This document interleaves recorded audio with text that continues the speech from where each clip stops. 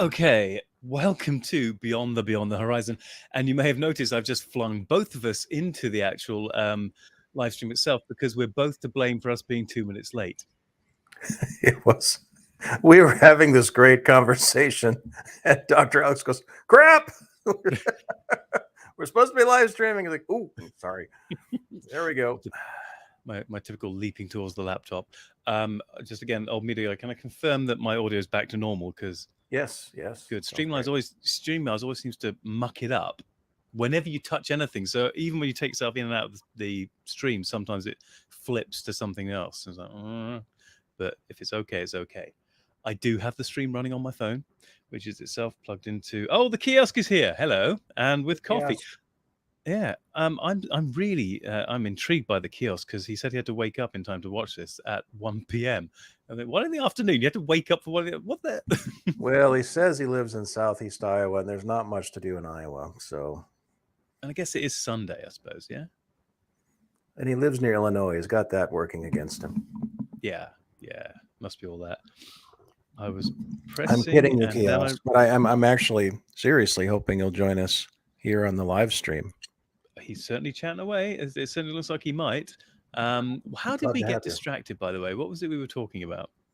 Well, we went from how documentaries used to be made, like this one, how good they were, to how bad they've become recently. And I said, yes, that also follows with movies, obviously, and TV miniseries. And I began talking about the John Adams miniseries and how good it was because it allowed the characters to have their say, and no character was considered right with a capital R. Yeah. And we were kind of lamenting what we've lost in the last 15, 20 years. Yeah, now I know I've only got you for 30 minutes, but maybe we can cycle back to that before you disappear. But I suppose we really should talk about the documentary. I was hoping someone else would join us, i.e., someone with more background in this sort of thing than I, because I don't. Yeah. I'm definitely not an expert this week. I mean, If those other weeks I wasn't an expert, but this week I'm really not an expert. if you're alluding to Yvette, she unfortunately can't make it because Bird of Prey is doing his not the Outer Limits, something like that. The other one, Twilight Zone. He's doing his Twilight Zone stream. Oh, So okay. he had prior call on Yvette, so I'm afraid we Sure. won't have Yvette as far as I know. The kiosk has got his coffee, and I've got my tea, and you've got your tea, so I it's still have all the working. We're the rocking dregs that. of my tea. We should recap one part of our conversation, though. Yeah, we were Yeah. talking about how this documentary really highlights how good the BBC science documentaries used to be up Mm. until 2012.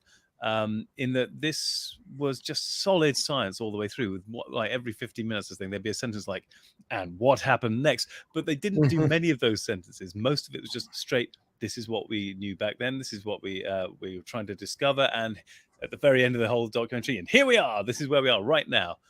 You Oh yeah, couldn't ask. my favorite little trick that they use is, and we had no answer to that question until now. Yeah. Oh, that's my favorite. And I don't begrudge them that one little bit. No, I think that's what we were saying. We're just so good at agreeing with each other. But no, we don't begrudge a documentary using dramatic devices to help get the message across. As long as the message, in this case, the scientific information, is the core, the key, and has plenty of it as well. So they use the music from Conan the Destroyer, Predator, Judge Dredd, and a couple of others that I can't name. But that use of dramatic music was a brilliant trick to keep people interested. But it wasn't 100% necessary because the science is pretty damn interesting of itself. It is, but it's always nice. It's nice to remember who your audience is, which is everyone from a PhD to someone who's 5 and the TV just happens to be on in the room while they're playing with their trains and such. Yeah. And you want to do something that'll catch all of them somehow. Yeah. And by the way, that's why there were always companions with Doctor Who were young and pretty, because that's how you get people watching. It wasn't because they thought Deborah Watling was a great actress. Like, oh, she'll get the dads out of the garden. Not a problem. So you're trying to do that with a documentary without using sexual titillation. Yeah. So you have these fantastic graphics and you have this great music, and then you try to pose the whole scientific debate as a story, which you absolutely have to do because people will not be drawn in unless there's a good story, unless there's some drama. Absolutely. I mean, again, all we do is frantically agree with each other for 95% of these live streams. Yeah, I couldn't agree harder or more firmly with what you just said. Yeah, we need to fake an argument where we're just really at each other and see if we can get more viewers. But Kiosk, we are not experts either. You're welcome to join us. Yeah. No. Well, yeah, actually, absolutely. Don't let the lack of credentials fool you, because that matters. I mean, if you go to a doctor, you want to know he's got an MD degree in America. Technically, I think I am an expert in this, but yeah, you are an expert in this. Not the best expert you can get, because my field of study was not this. It wasn't gamma ray bursters. It wasn't early universe stuff. It was late universe stuff predominantly. I mean, there was gotcha. Okay. You could tie the first bit I did to early universe, except early universe is exactly when you wouldn't be able to apply what I was doing. But anyway, that's not the point. Yeah, if I could get a PhD in cosmology, I would do early, just because I'm always interested in the early parts of history. Like, what was the film industry like when it was starting? What was Rome like, but when it was just a small little province made up of sheep farmers, that sort of thing. Yeah. It's funny. I got snipped at usefully by the PhD student who was 2 years ahead of me, Elian Alson, who is brilliant, way better at her maths and cosmology than I was. But I was getting all excited about inflation, and she goes, all of cosmology isn't inflationary cosmology. That's all. I snapped me back a bit. Oh, okay. And in the end, I didn't do any inflationary cosmology, so she was absolutely right. And I'm glad that I was pushed by my supervisor into areas I hadn't really fully considered. I didn't think I'd be doing them, and ended up doing stuff I wasn't expecting, which is kind of the fun, I suppose. So, Kiosk, Dr. Alex does have a PhD in cosmology rather than physics. Is that correct? Well, cosmology is a subsection of physics. I mean, it's all physics. Okay, so it's in physics technically, and I have a master's in mathematics. So really, this is the doctor and the master having a live stream where we agree with each other. So that's why our ratings just flatline, because I never get Dr. Alex to the point where he's about to die and then he gets out of it, and then I say curses, foiled again, and run off and show up next week. Exactly. It never quite works out as dramatically as you might have hoped.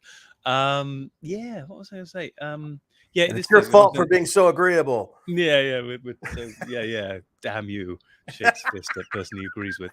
I was in the physics department at Queen Mary University, but it was almost in the maths department. We were actually physically in the maths building when I started doing the PhD. Such was the closeness between the cosmology section of the astrophysics unit and the maths unit. We were very scarily close to the mathematicians, but we got shifted back within the second year of my PhD into the physics building proper, and forced to acknowledge the fact we were in fact astrophysicists, not just some weird bunch of people hiding in the maths building. And by wider extension, we were physicists. So yeah, I'm a physicist. And Kiosk says, I had test anxiety in school and flunked math. I did too. I had terrible math test anxiety for years and years and years. And like Dr. Alex, I ended up seeing a dramatic presentation that made me rethink everything. And I went back to school and I discovered the way out of test anxiety, which was, for example, if you have a test covering essentially 100 math problems, do every single problem once, do every single problem twice, try to do every single problem a third time. And by that point, if the teacher, the professor, is playing fair, there's really nothing they can do to you. I mean, obviously, they're going to change a few numbers or a few letters in a problem, but you're going to say, oh, I recognize that problem. You might even say, oh, yeah, that's from section 3.4. It's just like problem 25 or whatever. Ooh. And it's to the point you're like, oh, yeah, I've done this. I've done this to the point where it's second nature now. That's how you get through, at least how I did. Your case might be different, but I'm here to say that at least one person has overcome his test anxiety. That's me. So I went from being afraid of calculus to having a master's in math. So it can be done. I wouldn't call it test anxiety, which is what both of you seem to be describing, but it was definitely not doing well in tests, but it was entirely a different reason. It was my lack of focus, and I mean, young man emotional turmoil, right, and drinking and chasing women and fencing more than doing my studies. I started fencing when I went to university, and yeah, glad I did that. I learned a great deal. I didn't learn any bloody physics, that's for sure. And I did, I'm still love doing fencing to this day, and I'm glad I did it. But that's not the point. I mucked up, and after I barely got my degree, I just thought I'm a complete failure. I obviously can't do physics or maths. This is why did I even think this was something I could do. And then I started teaching it, bizarrely enough, because I thought, well, I do barely have this physics degree. I can just use it, I suppose. And then eventually, by watching my students and how they studied, because I told them, the mantra of how you should study without ever having done it. And then I watched them doing it and saw their success and thought, oh, yeah, that's how it works. Then I did the masters, worked harder than I've ever worked in my entire life, and started passing tests. And I had to use all of the math, all the test tricks I taught them and they'd taught me in return to get through that masters. I could see my grades dropping from the beginning of the masters in, say, year one exams to the end of the exam period, because I didn't have the time to revise enough for the last exams. But I had to take that, take it in the chin. And I know you're going to drop over the course of these exams because you just haven't got the time to revise those. And these are hard. Some of them are harder than others. But I had become inured to any sort of anxiety by that point. I didn't care. I was being entirely pragmatic. I know I've got enough time to revise this. You will do well in this. You know you're going to do badly in this. Just don't fail. And that's exactly how I got through the first year, and exactly how the second year went as well, because I didn't have enough time. But you learn with life and experience how to deal with these horrible things. And in the end, it all turned out wonderful in the end. There you go. Yeah, that leads me to yet another rabbit trail, which is Bill and Ted Face the Music. I don't know if you've seen that film, I but haven't. I'm so out of touch. you don't need to. There's one aspect of it that is truly horrible, and I will explain it without spoilers as best I can. There's a scene where these young people, when I say young, I mean early 20s, they've admitted they've done no actual work in this field their whole lives. They've done something nearby, but they've done the passive form, right? It's like admiring a building rather than studying architecture. Yeah. And at the last second, they pull it out of their collective backsides and they make something really amazing. And I thought, how dare you, producers of this film, tell young people this awful story, which is you can be a dilettante your whole life, and then suddenly at the last moment, at the clutch, it'll come through for you, just like these characters. No, it won't. There's never been a single person successful at anything who hadn't had to go through some form of hell to get there. Yeah. And it would be nice if some of these movies aimed at young people said that. I totally agree. I think there's a wider problem of an expectation of success, irrespective of how hard something is or how much work you have to put in. I think this is that's a much broader brush I've just painted there, but I think that is a fundamental problem with where we are now. Oh, absolutely. And that goes back to the documentaries. They're not showing like they used to. In this documentary, for example, they showed these people really had to work at this problem, and one guy to spend 5 years being laughed at before he was vindicated. That's what you need to show young people, that, yeah, if you're going to be a success at anything, you're going to go through some hell. But if you keep at it and you're lucky, you'll get through the other side. There it is. The rest of it is just, you're already awesome, girl. You go. No, you're not already awesome. You're just like everyone else, which is, yeah, are you awesome compared to the person next door? Yeah, in your own way you are. But guess what? You still have to compete with that person next door for a job. And that's where the rubber hits the road. That's when your awesomeness either translate into something other people say is awesome, or it doesn't. And if it doesn't, you're probably in more trouble than you realize. I think both of us, all of our successes in life, such as they are, would be because we've realized exactly how inadequate we are. Yeah. And not necessarily by somebody else's yardstick, but by our own feeling of how we understand things. We know strongly the limits of our understanding. Yeah. That's why Rimmer is such a funny character in Red Dwarf, because he's all of us taken to the nth level of bad decision making.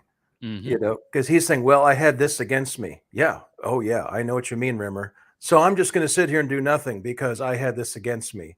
Yeah. Well, I mean, everyone's tempted to do that. And why he's a fun character, besides the wonderful acting by Chris Berry, is you can see the temptation in yourself to just sit there and do nothing. Go, yeah, my life's a Yeah. waste because of these other assholes. I'm He just not going shouldn't to be a do role anything. model. No. Yeah, he shouldn't be a role. He should be the opposite, which is, everyone else, everyone who ever succeeded at anything, they were behind at something. Yeah. Something right. was holding them back. Something was dragging them down.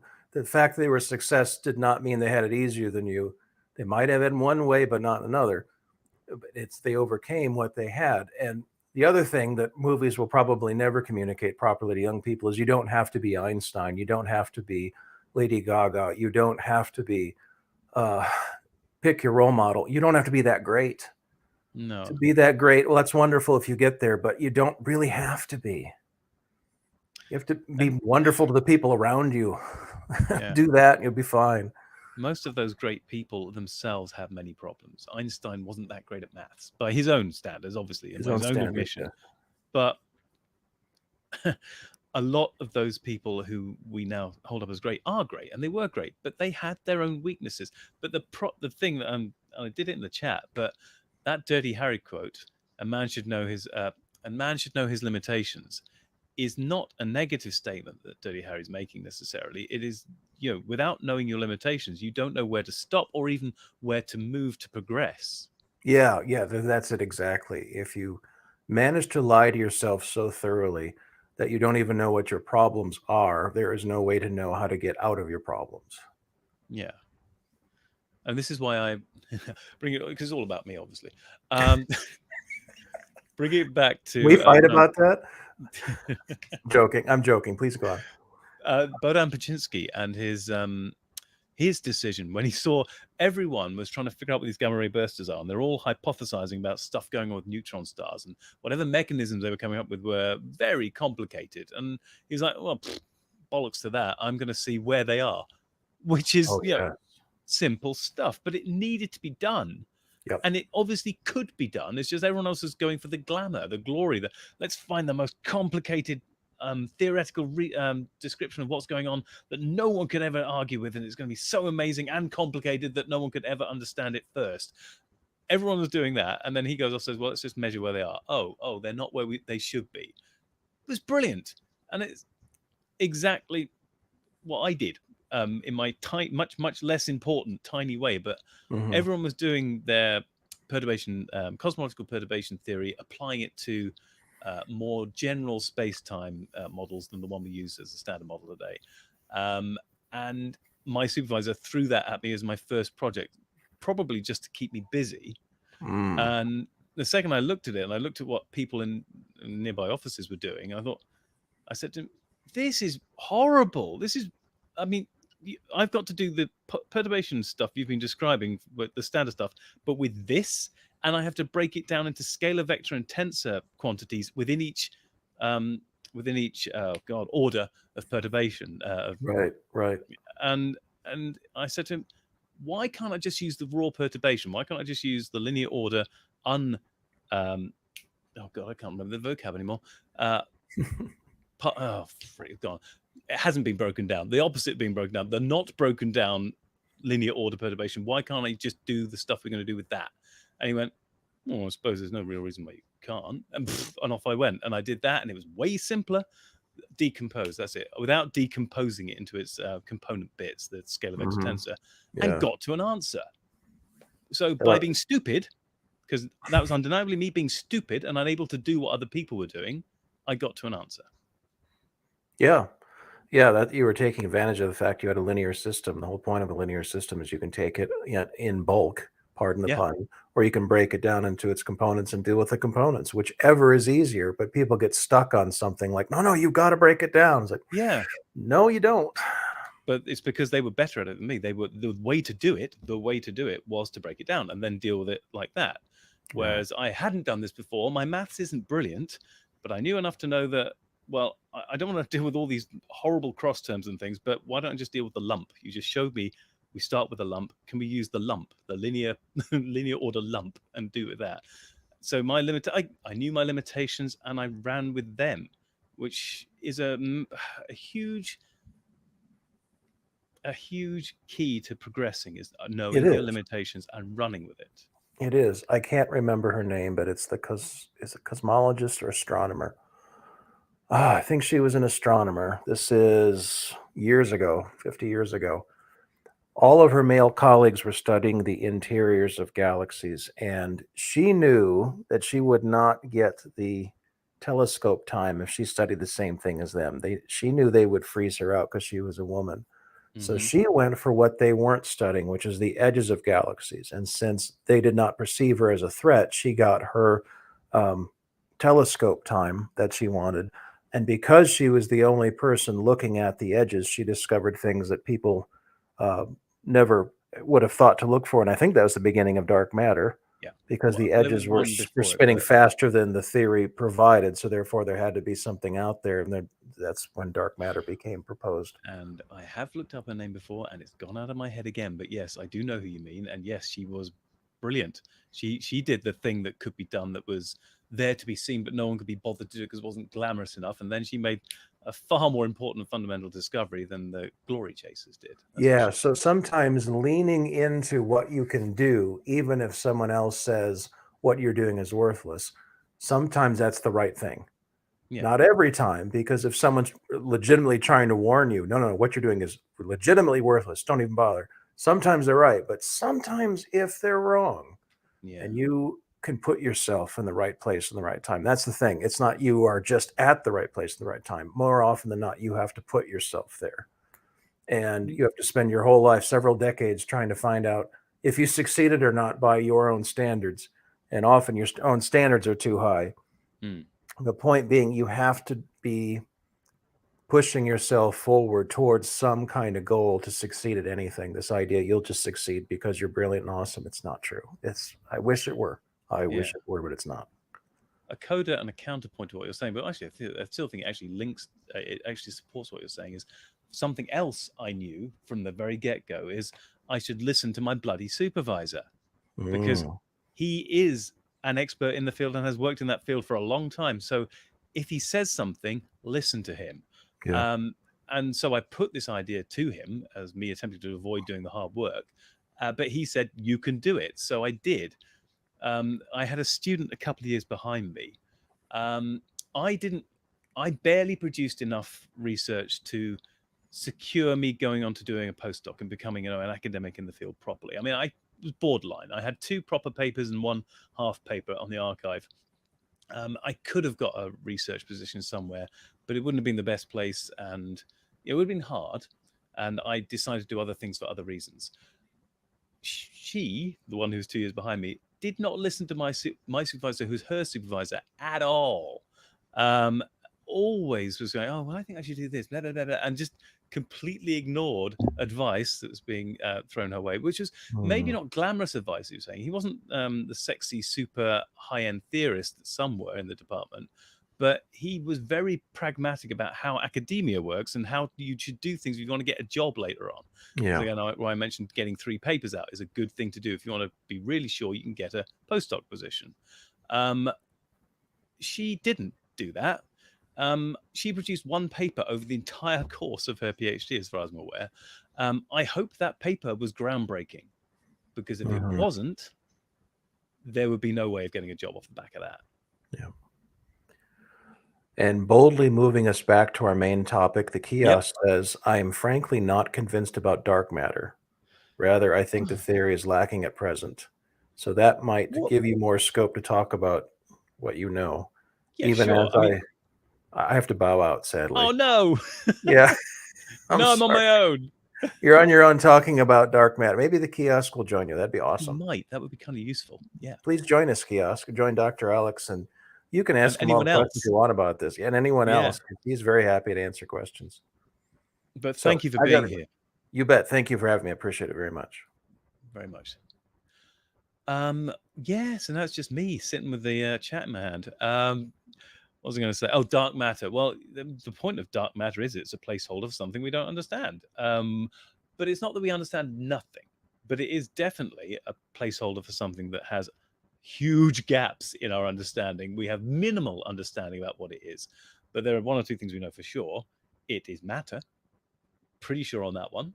Um, I mean, maybe it's a scalar field, and I don't go down that rabbit hole, but probably it's just matter of a weird type.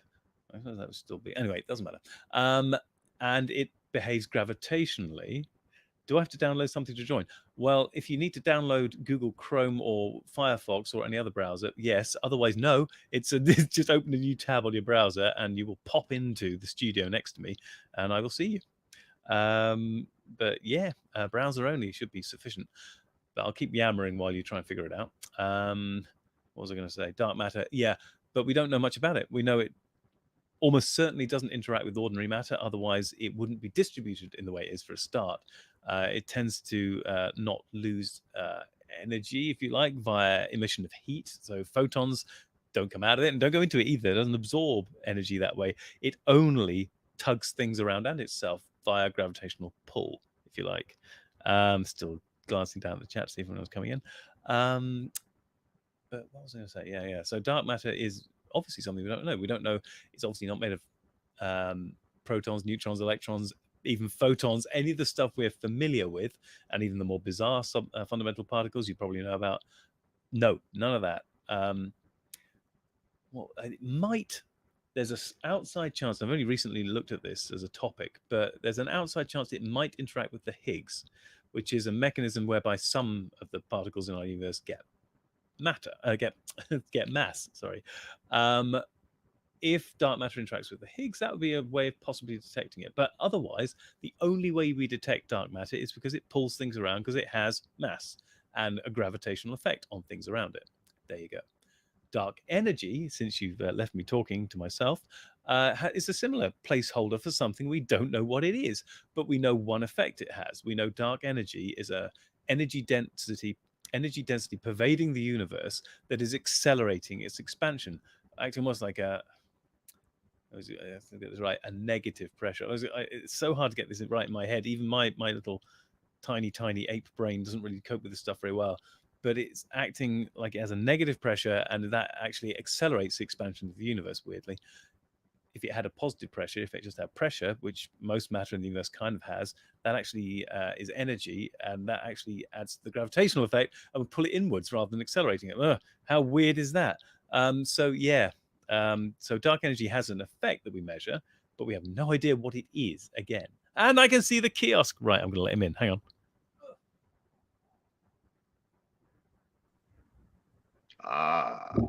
Hello. Hello. Can you hear me? Yes, I can. Awesome. Bear with me 1 second. I'm just going to close the door for reasons. That's fine. All right. I'm back. I'm back. Sorry. Yeah, didn't mean to run away the second you arrived. That was no, that's very fine. rude of me. That is fine. Can you hear me okay? I can hear you fine. So, yeah, did I answer your question in my rambling I just did while you were attempting to figure out StreamYards? It took me away from YouTube to be able to access Chrome, so I didn't hear after that. Oh God! And it was the secret of life. I can go back and rewatch it. But I'll do a quick recap, if you like. Yeah. I have to figure out. Okay, so on this StreamYard business here, I'm sorry to ask you this. If I hit the cam button, will that put it to where I'm here, but it's not showing the picture? Well, I mean, no, you're on. You're in. I'm just saying as far as being able to still speak to you, because I see where Old Media Guy has his picture showing only or whatever. Yeah, just turn off the camera. What I'm curious about is I'm sorry to cut you off. I smoke cigarettes. I don't know if you want that on your channel. It's fine, but turn the camera off if you're shy. Well, that's what I'm trying to figure out. So I'm not leaving. Wait, I can do it. Oh, you've done it. Okay, and you can still hear me, right? Yeah, it's all fine. It's exactly okay. Yeah, I don't want to mess with, like there's algorithm things and stuff. I don't want to mess with. I understand. Thank you for your consideration as well. I mean, I understand you're being considerate. Yeah, no problem. So if it's cool, I'll go like this. Also, my teeth are terrible. Anytime I get up close to the camera, someone's going to get grossed out. So your laptop camera would be a much better quality one than mine if it can pick that up. But oh yeah, no, it's a thing. But all right. So my goodness, what was the question? You asking, do we know what dark matter is, basically? I think. Yeah, I've personally, like, I follow a bunch of the pop sci stuff and everything, but I know to take a lot of that with a grain of salt. as far as like, they're going to speculate on things that are, Yeah. either, technological advances that are far future stuff, honestly, than it's not current, or, based on these 3 pixels, we figured this thing out. So, but I see where they keep discovering more like gas and dust filaments in between galaxy clusters, et cetera, that there's no real way to accurately estimate or measure the amount of mass in the universe just yet. Well, You know what I mean? Like it's still an estimation. It's not. There's obviously something. There are ways of doing it that are pretty good. And it's not necessarily looking around the stuff now either. Looking at the cosmic microwave background radiation is actually a good way of pinning down how much ordinary matter is in the universe, at least. And in fact, there are ways of detecting the quantities of dark matter as well, both in the way that the cosmic microwave background radiation is distributed, perturbed over through its initial perturbations, leaving. Oh God, hang on. Yeah, the dark. I always get this wrong. How does that end up? Yeah. But there are ways of getting it from the CMB. Also, as the light from the CMB travel to us, there are ways of through lensing detecting the distribution of matter in the universe, including dark matter. There are lots of good measurements, and we are. So, kind of what you're saying is like, if it's evenly enough distributed, as I understand it's supposed to be, cosmic microwave background wise. Yeah. That you could take any segment, estimate the amount of matter represented by that segment at the beginning or whatever, and then you could distribute that as a fraction across to make the full estimate. Yeah, you can do that. I guess what it comes to is like some of the recent James Webb stuff at the farthest distance that kind of indicates the universe is way, way bigger than we could even really tell. Yet is the big word. Yes and no. There is a limit to how far anything's going to be able to see because of what was mentioned in the video we just watched, the cosmic dark age. And I know what a particle horizon is, so I'm aware of that. We don't have to, learn terms to, I have read up on that kind of stuff. The particle horizon of the universe, the theoretical distance a photon can travel before it just loses energy. Yeah. But but yeah, the percentages of stuff in the universe is pretty well fixed. I mean, let's get this wrong. Why do I always get this wrong? It's about, oh yeah, that's about right. It's about 70-ish% dark energy, weirdly. About 25% matter, of which 20% would be cold dark matter, and then the remaining 4-5% is stuff that we're familiar with, that we're made of. By the way, I just did that from my memory off the top of my head. I may have got those numbers a bit wrong, but they're I've seen something similar. It's close. We'll accept. Thank you. But those figures are not going to shift much now. I mean, they're just getting. It's now fine tuning as we get more and more data in from our surveys, and we're talking about cosmological. It just seems to me with. I'm sorry. It seems to me with some of the way that it's the idea that and I'll. Oh, how do I put it? The way that I saw it best was kind of something that was, and I made a video on my own channel kind of about it too, just kind of a mind blown moment kind of thing. But when you're dealing with these incredibly precise numbers in these equations, the slightest deviation or change can have large, effects on, where your answer to the, whatever your solution to the equation ends up being an infinite and it's not supposed to be. Something like that, where it's like there's, fine tuning can have broader effects kind of thing. Yeah. It makes me wonder, like, how far off, if the estimates are off by a tiny fraction, but then when you expand that to the fraction to, or what am I saying, to cover the entire amount that you're estimating, that there's actually a bit of variance, I think. Yeah, I think I understand what you're getting at. Because of the nature of the fact that it's estimation. Yes, but normally with the quantities I'm talking about, for example, we're relying on multiple sources. So it's not just the CMB. It is, it will be gravitational lensing surveys, for example. It will be just galaxy ordinary matter surveys. That was all can help us pin down these numbers. But we hope they agree with each other. But you're right, when they don't, that's when we start finding interesting stuff. So those are always the best places. I'm never happy when it's like, we've confirmed everything we thought. No, that's not good. So the Hubble expansion rate between the rate as measured by the cosmic microwave background radiation and the rate measured by standard candles moving away from us, like supernova, and now other standard candle distances being used to measure the rate of accelerated expansion now. It's like the Wolf Rayet stars or something, I think. Yeah, exactly. The Hubble flow, the Hubble rate, is not the same figure from those two sources, which Well, is yeah, and really... I like the idea that it's possible. Maybe the expansion of the universe is not a constant. That it's different in different places. If it's quantum fluctuation that may have started it, why wouldn't the entirety of it have some sort of a broader analog? And part of my second, okay, you got me onto something I actually did wonder about when I was doing the second part of my research, was on interacting dark energy and dark matter, which we don't know if it's interacting, if dark energy and dark matter can interact, but we know that despite us saying it doesn't interact with ordinary matter, there's no reason why it can't interact with themselves, and there could be more than one species of dark matter and more than one species or flavor of dark energy as well. So there can always be more than one explanation for combine things into one effect or whatever. But while I was doing this, I was still having to, in the research I did, I was still having to make a choice as to which Hubble rate we were going to use. Whether we use the CMB generated one or the surveys, supernova, etc. surveys version. Yeah, almost like the later time version. And I had to make a decision, and I was never comfortable doing that. I think we went, because we always tend to in cosmology be tied to the CMBE stuff more. I think we ended up using the CMB version. But that would seem more concrete. Yeah, kinda. I know why they're doing it, but in the back of my head was like, how do you know that really is the right answer? And exactly as you're saying, how do you know that really isn't changing over time? Because if one thing is going to change the Hubble rate over time, it would be something like a massive scalar field being a dark energy and it decaying over time, or being at various points in the history of our universe in the process of finishing a decay. It's by definition not quite constant.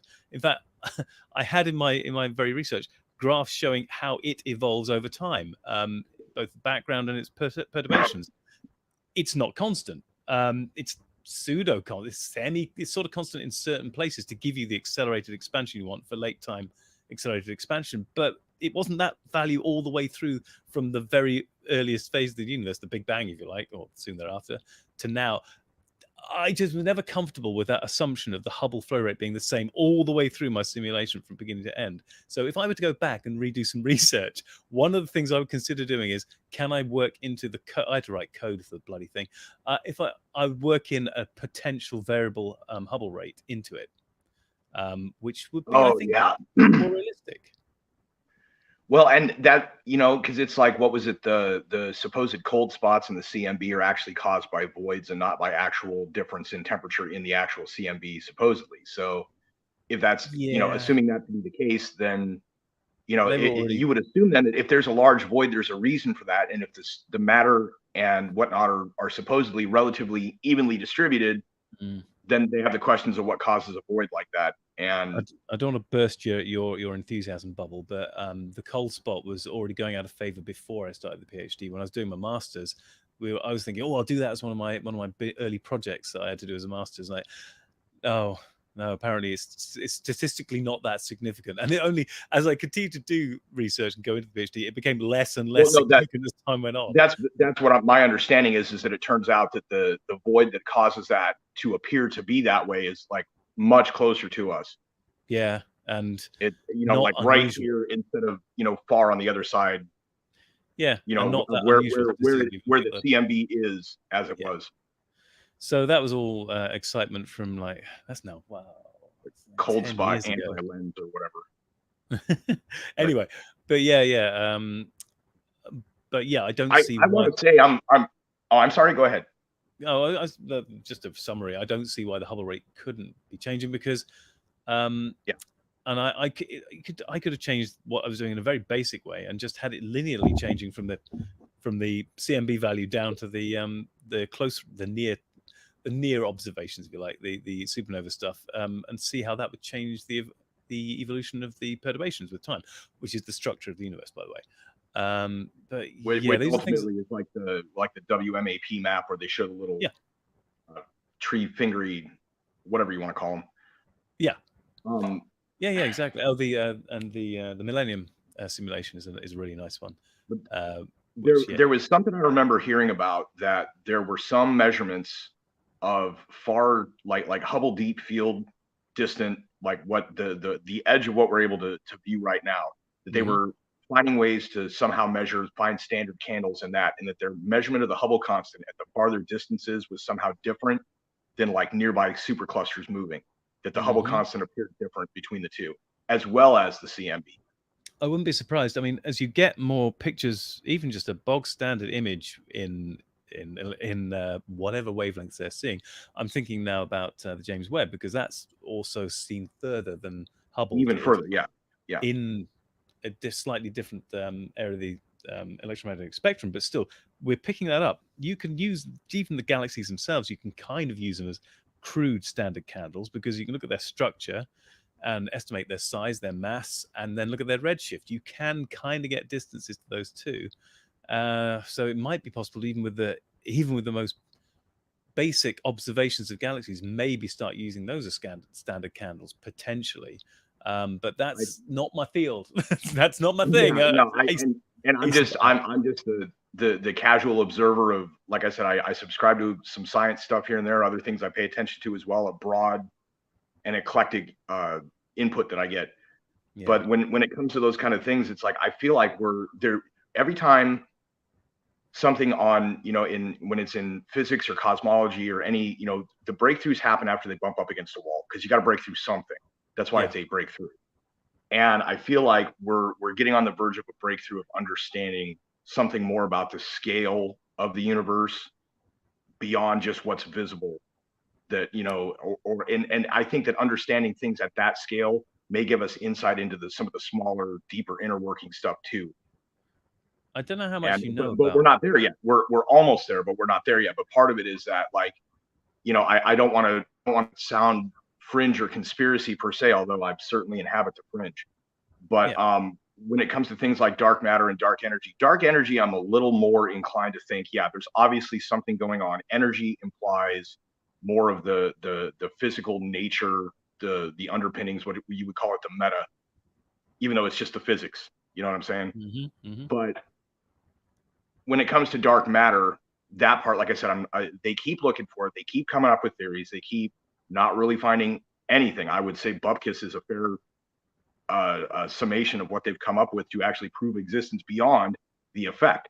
So it's like, well, okay, so the next question should logically be, is there something else causing this effect? What can we figure out that, and rather than that, they just keep throwing the same, type of experiments. I know where your imagination is dragging you, and I fully sympathize with it, but you're thinking like the Mond route, kind of. Well, I don't even know. I'm 100% open when it comes to, I'm not going to pretend, there's some, I've seen other people's ideas about, it's all electric universe. I don't know about that. Yeah. I don't know about that. What I do know is that it's, the quantum forces all have kind of relations, or like, sibilant patterns to each other, analogs or whatever. Yeah. And the whole of the universe seems to still have those kind of patterns. So unless that's complete, like, pareidolia on the part of a human trying to understand the universe and his place in it or whatever, that if there's patterns to it or whatever, it's like, when it, like we're talking about the Hubble constant, density waves. Yeah. If we see things in the gas laws and stuff, maybe there's an analog in a cosmic expansion sense, but we're not in any, this is all speculation, complete speculation, because there is no observation necessarily, no data on which to even hypothesize. Yeah. I guess is my best way of putting it.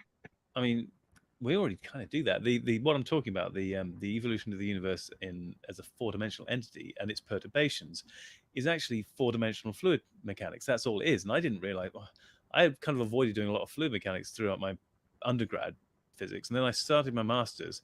Was getting more and more dragged or intrigued with cosmology, but was doing also stellar structure course at the same time. And that was the first time I ever understood some elements of fluid dynamics and also perturbation theories. Like, you can analyze this movement of fluids more easily because you can throw away the higher order terms.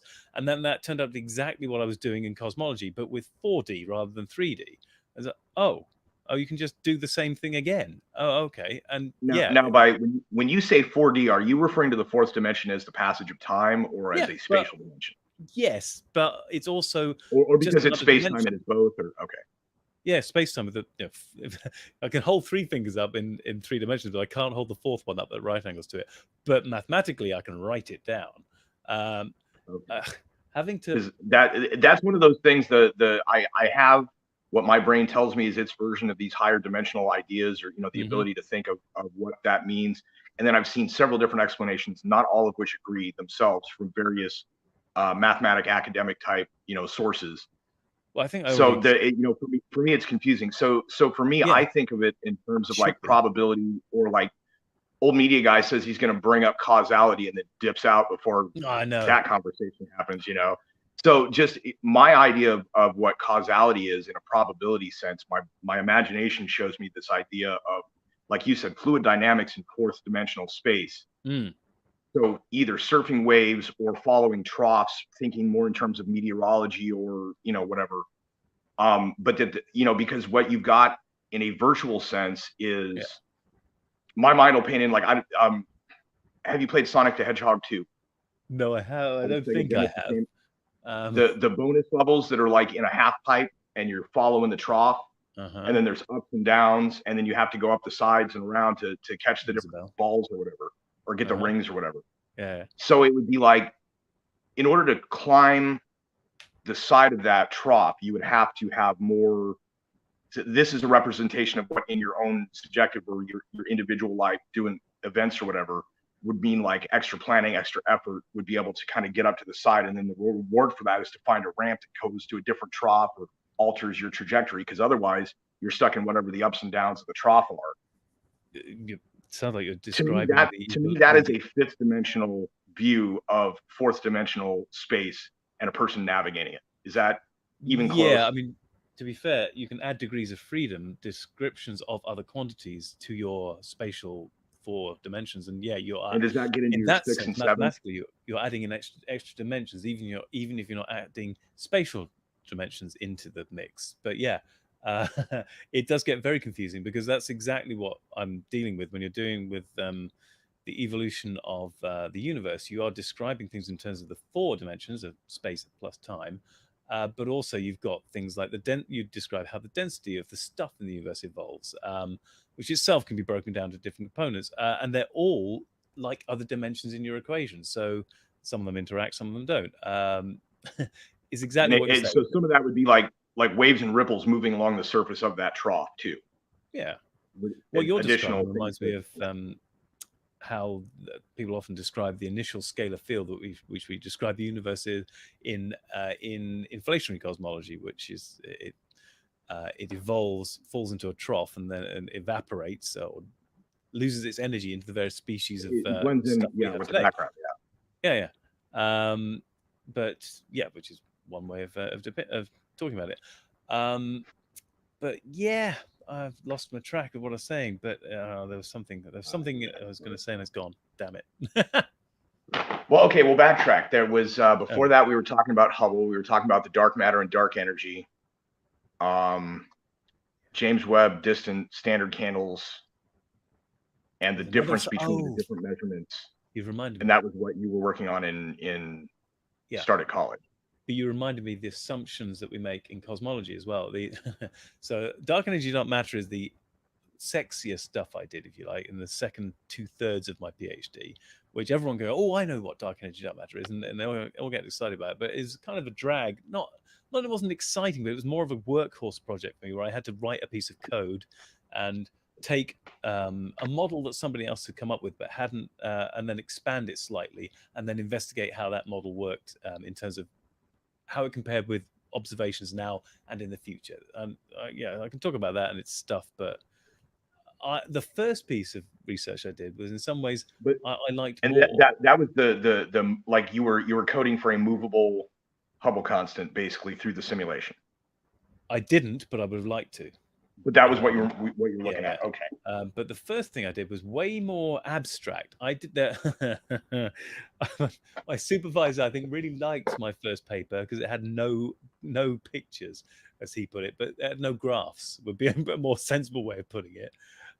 It was just formula after formula, which, even though I described him as not necessarily quite the crazy absolute theoretician that some of the people in the department was, he still liked papers that had nothing but formulae in.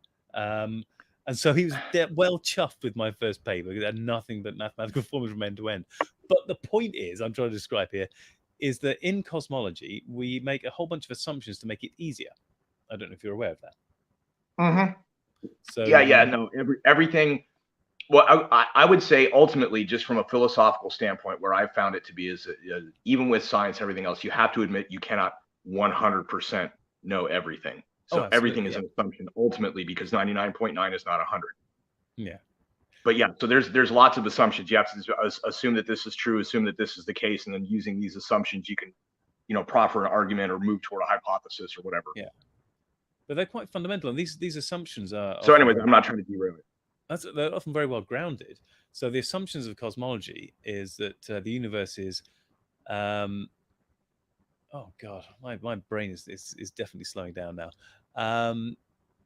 It's homogeneous and isotropic. So basically, it looks the same in all directions, no matter which direction you look in. It will look the same, and it'll look the same no matter where you're standing in the universe. It'll have no different properties on, and at the largest scale. Yeah, no thin outside, no dense center necessarily. Just but those are both evenly distributed infinity.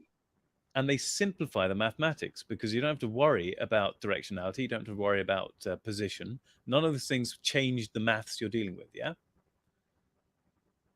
But okay.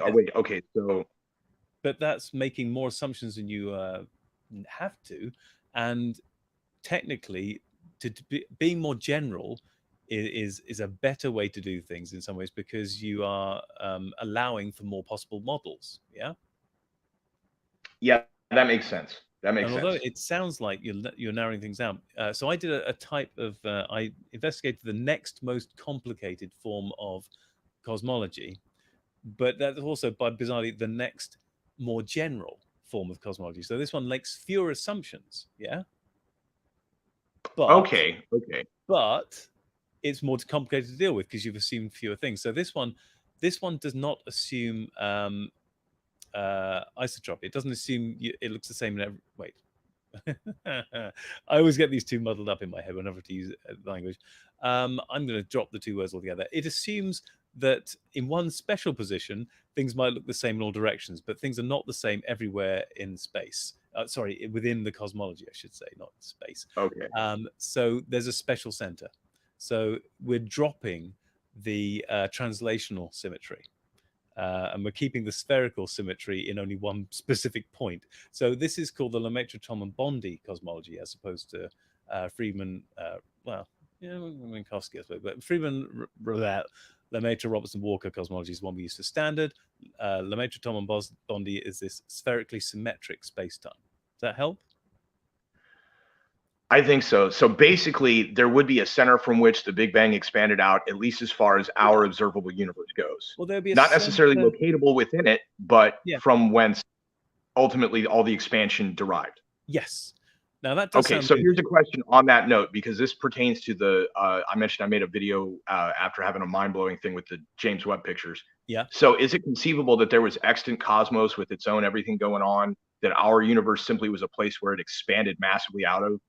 That's a separate question, and that comes down to multiple interpretations of physics. But I'm certainly not averse to that. And in fact, most cosmologists, I think, would not think that time necessarily started with the Big Bang.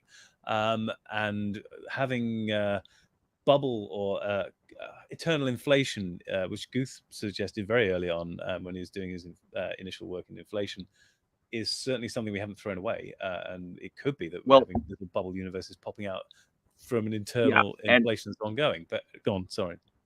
It's because I know that the C in E equals mc squared, it stands for causality. The speed of light in a vacuum is the same as the speed of causality in that space-time, supposedly. That's the idea, right? That's it. Yeah, that seems a reasonable way of saying it. So basically, anything within our universe is causally connected to whatever that center, wherever that original point is, and that anything that is completely beyond that would be things that we are causally unable to ever be aware of or touch because of that same, like if the particle horizon, the speed of light and causality are related in that way, that basically means that what we call the universe is basically all that we could ever be aware of, really, which should theoretically expand beyond what we can see.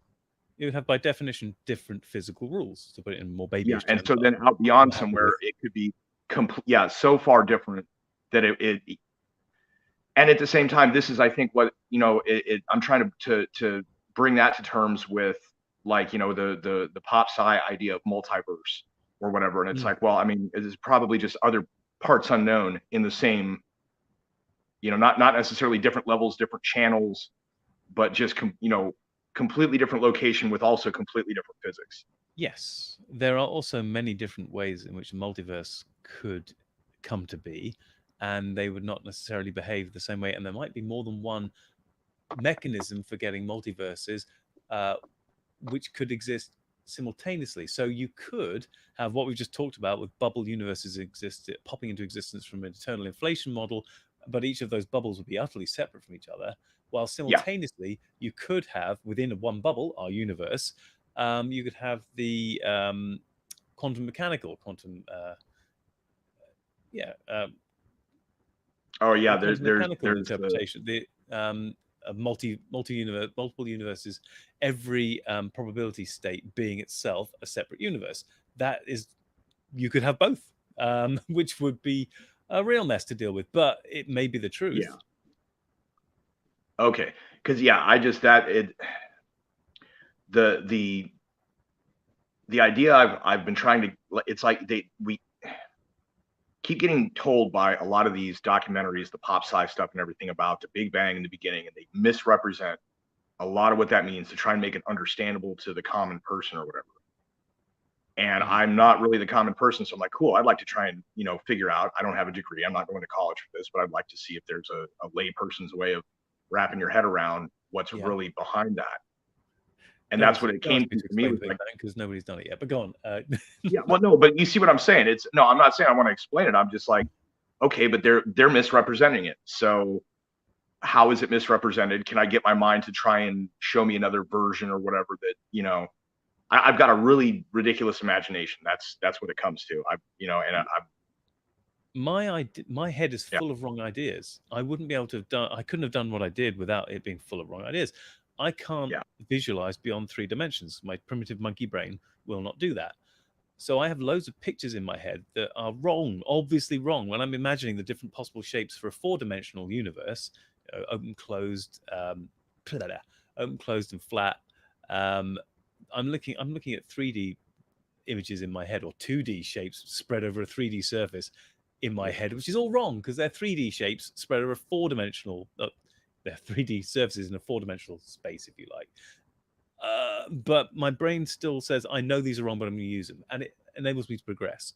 So yeah, none of us can hold the the proper. Well, yeah, what we're all looking at, what we're interacting with, everything about, you know, the devices we're staring at as we're connected via the internet, all this, you know, and none of it is what our brains are telling us it looks like it is. Yeah, for sure. We have to.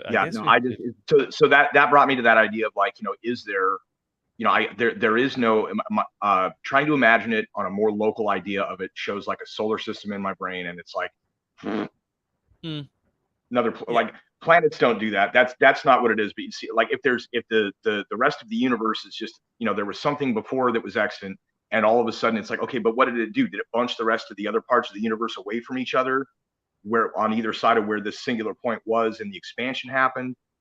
But, you know, and it could be that that's a completely wrong idea, because maybe what I'm imagining as being other parts of the universe is actually just the furthest edges of, like I was saying about, you know, what even James Webb can identify may not be the furthest edges of it, that there's probably something beyond. Because from what I understand, what Webb is seeing still has like spiral features and galaxies, like formed galaxies. It can't be the earliest structure. So like how many particle horizons across is the actual cosmos that we're contained within, I guess, is the question.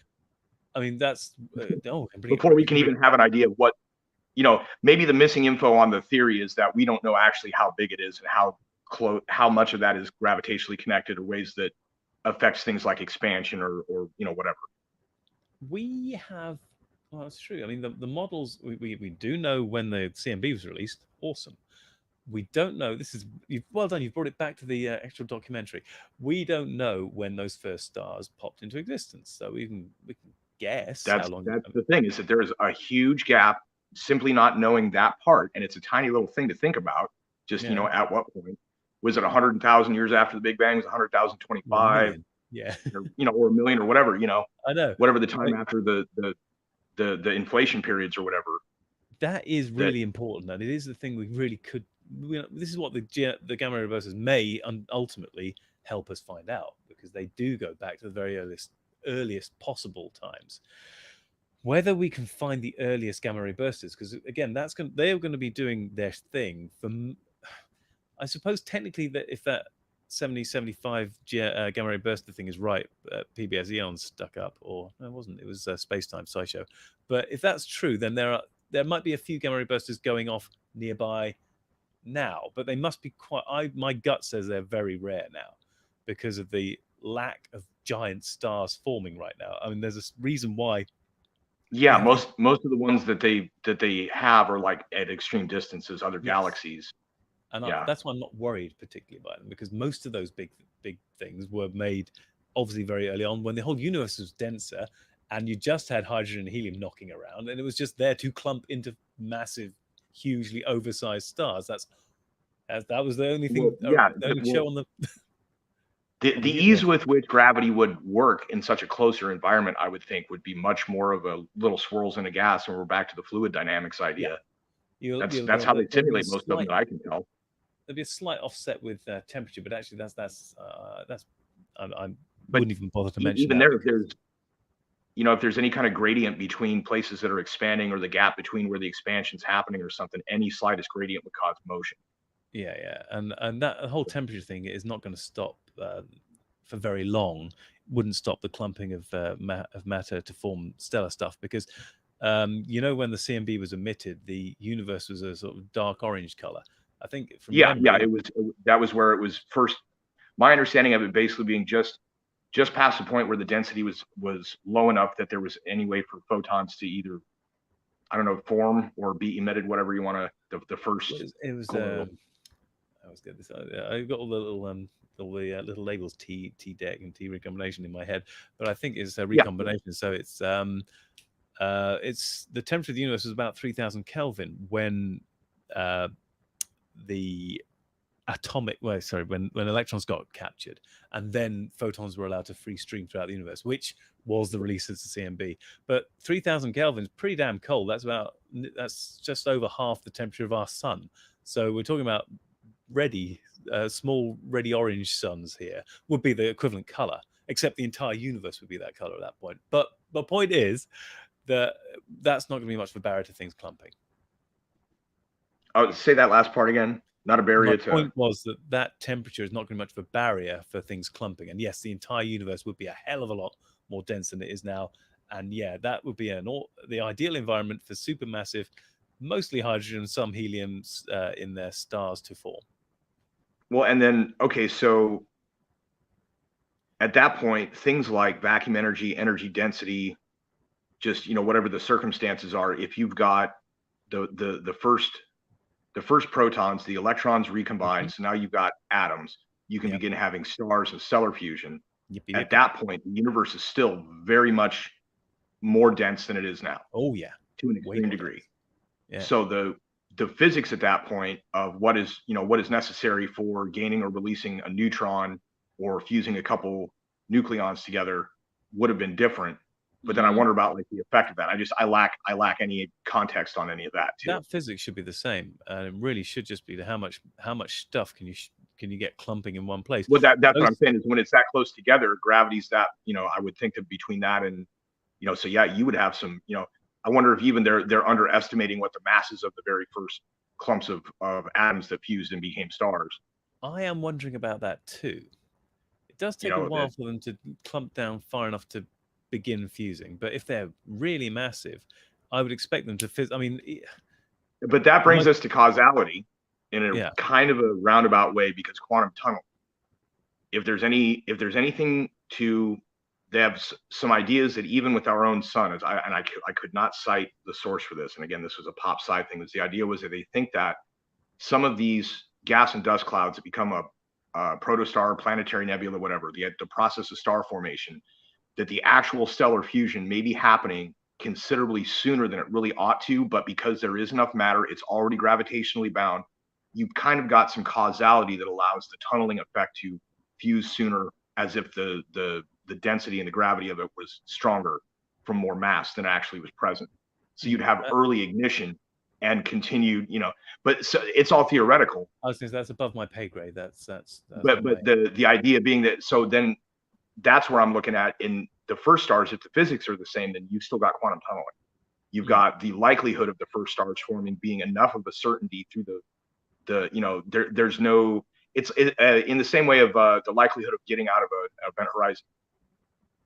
You reach a certain point, that likelihood drops off. My primitive physics brain just says, as long as there's stuff there and it's gravitationally collapsing into a more dense point, that's enough for a star, surely. And I'm just thinking, like, more likely to ignite earlier. But the stars, it would, if it was likely to ignite earlier, and you've got this denser universe with a lot more of it's the same amount of matter in the universe regardless, right? It's all the whatever the total of energy is, and it's distributed through whether it's matter, energy, motion. It's safer to talk about the density, and no, the energy density isn't actually quite the same. So you use the term the density to refer to all of that. Yeah, you've got the first stars forming with this much denser universe in that respect. Yeah. So many more. So the capacity for whatever the actual true mass of these stars would be could be so huge that they could be things like, our supermassive black holes that we have now. Half a galaxy's worth of star mass in a star. The first star, like that kind of thing. The relative densities compared to each other for ordinary matter, dark matter, photons, they should be the same. But after that point, a universe at that time, if hypothetically you could travel there as a person and not cease to exist because something's not right there, would you witness the same size perceived relative universe, the distance between these galaxies or stars, or the first stars, or would it be like, if you're close enough to see a star forming, you should even then be too small to notice things like the expansion of the universe, or having an effect on you or those things nearby. I mean, because that scale is still, you have to go a long way before gravitational attraction, for example, is overcome by the expansion caused by the expanding universe.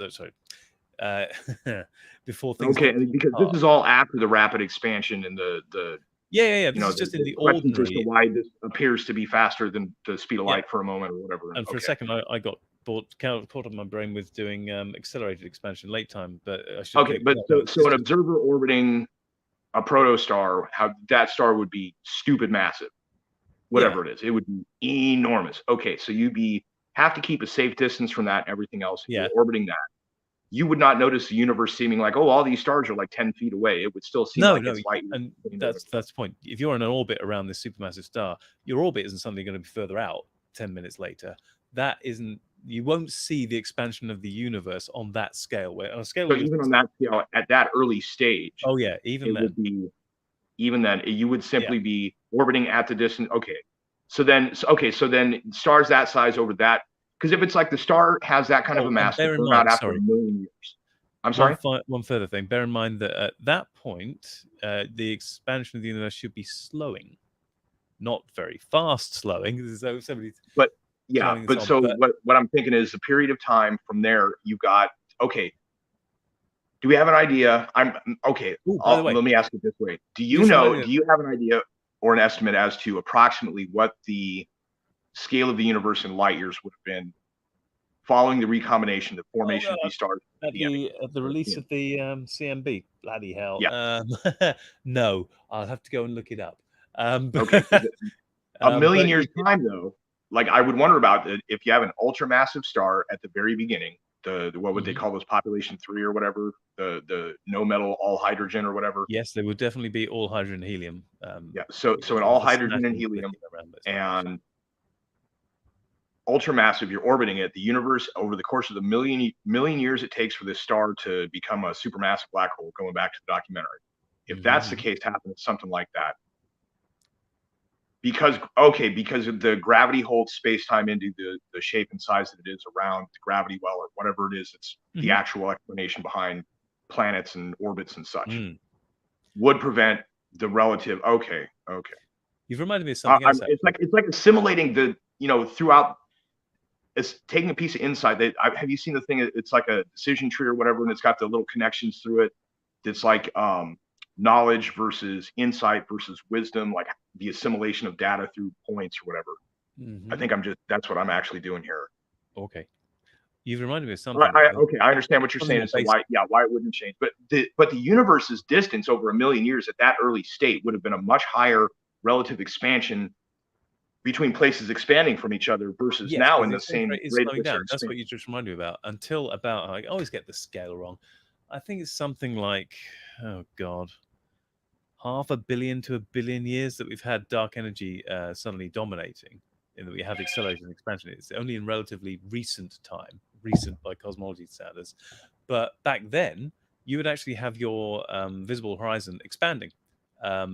Because the expansion rate is slowing. Therefore, you should be able to see more and more as time goes on. Until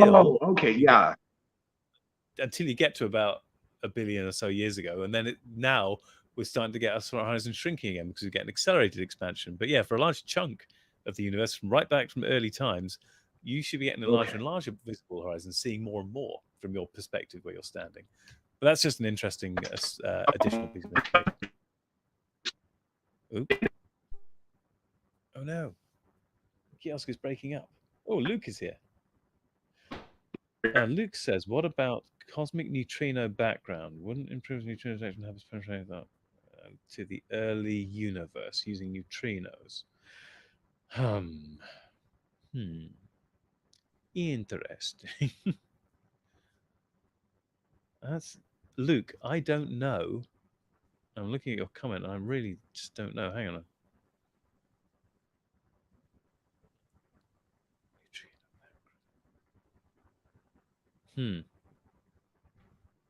That is a really interesting question. I really have to think about that one, Luke. Is there anything that would be left behind? Oh no! And with that, I lost the kiosk as I sit here mulling over Luke's question. So, Luke, I'll get back to you on that one, unless you want to leap into the chat right now. But I think I probably should end it because we've been going for over an hour, well over an hour, more like 1 hour and 20. So thank God the kiosk came here, because that led to a massive discussion in cosmology I wasn't expecting, and my poor tired brain wasn't really up to, but I tried. And he's back. It was kind of back. So I was just making my graceful exit because I think it's time for me to go to sleep. Okay. Well, yeah, it's probably a lot later for you. Thank you. This has been a very enlightening conversation. I'm sorry I had connection issues at the end there. No, it's fine. Thank you. I will be back for the next one. Yes, I would like to see you more often. That would be awesome. All right, cool. Yeah, so I will be. I got to warn you. Next weekend, I am scheduled to work all day. During this time, I will be at work and unable to participate for the whole weekend. It may be different the week after that. So if I can't make that, I'm sorry. But definitely will be coming back regularly. And now that I know I don't have to download an app to be able to do this, I will be able to tap in if you want me to. Brilliant. I'd be pleased to see you whenever you can make it. Excellent. Well, it was good seeing you. Have a good day. I'll go ahead and take my leave now. Thank you. And on that note, I will now end the stream and go to bed. Well, go to sleep shortly. But thank you, everyone in the chat. And thank you, everyone who's been watching the documentary. It has been awesome. And I do wish my brain would work more efficiently in the late evening. But I have forgotten an awful lot before we even got to the end of the stream. And Luke, I will come back to your question because the neutrino one is really interesting. Would neutrino background be a way of probing the early universe? I'm wondering, is there even a way of focusing or getting imagery from neutrinos that would give you information about the structure of stuff in the universe at that time, or any way of gleaning what's emitting the neutrinos in terms of what type of objects could be emitting neutrinos from the universe by whatever neutrino background we have now. All these questions just popped into my head, and I have no way of answering it because my brain is dead for now. So on that note, thank you all for coming, and I hope to see you in the next one, which will be, hopefully, the Bible Code. Controversial.